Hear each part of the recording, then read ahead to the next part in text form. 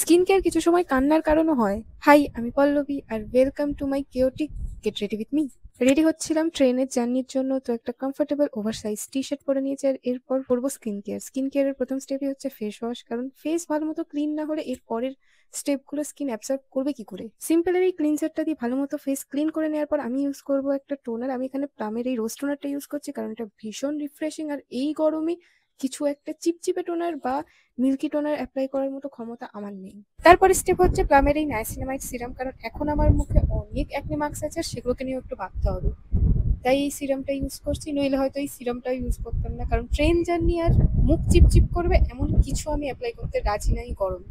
Serum use করার পর কিছুক্ষণ ওয়েট করতে হয় ময়শ্চারাইজার ইউজ করার আগে, তো সেই ফাঁকে আমি এখানে চুল বেঁধে নিয়েছি, আমি একটা ব্রেড করে নিয়েছি, কারণ এই গরমে একটা কমফোর্টেবল হেয়ার স্টাইল ছাড়া পসিবলই নয়। আর এটা আমি একটা তাড়াহুড়ো থাকবে আর তখন আমার দ্বারা কোনো ভুল হবে না, এটা তো পসিবল না। আমি এখানে ময়শ্চারাইজার ইউজ করতে ভুলে গেছি আর ডাইরেক্ট সানস্ক্রিন ইউজ করছি। আমি এখানে অ্যাকোয়ালজির এই সানস্ক্রিনটা ইউজ করছি আর তারপর আমার মনে পড়ছে যে আমাকে তো ময়শ্চারাইজার ইউজ করতে হতো। তো স্কিন কেয়ার স্টেপ তো ফলো করতেই হবে, তাই সানস্ক্রিনের উপর দিয়ে আমি ময়শ্চারাইজার ইউজ করছি। আর ট্রাস্ট মি, পারলে কোথাও লিখে রাখো স্টেপগুলো, কিন্তু এরম ভুল কোনোদিন করো না। চোখ ভীষণ জ্বলে। অ্যাকোলজি সানস্ক্রিনটাও আমি আগে ইউজ করেছি, পন্ডস লাইট জেল, আর দুটো একসাথেও।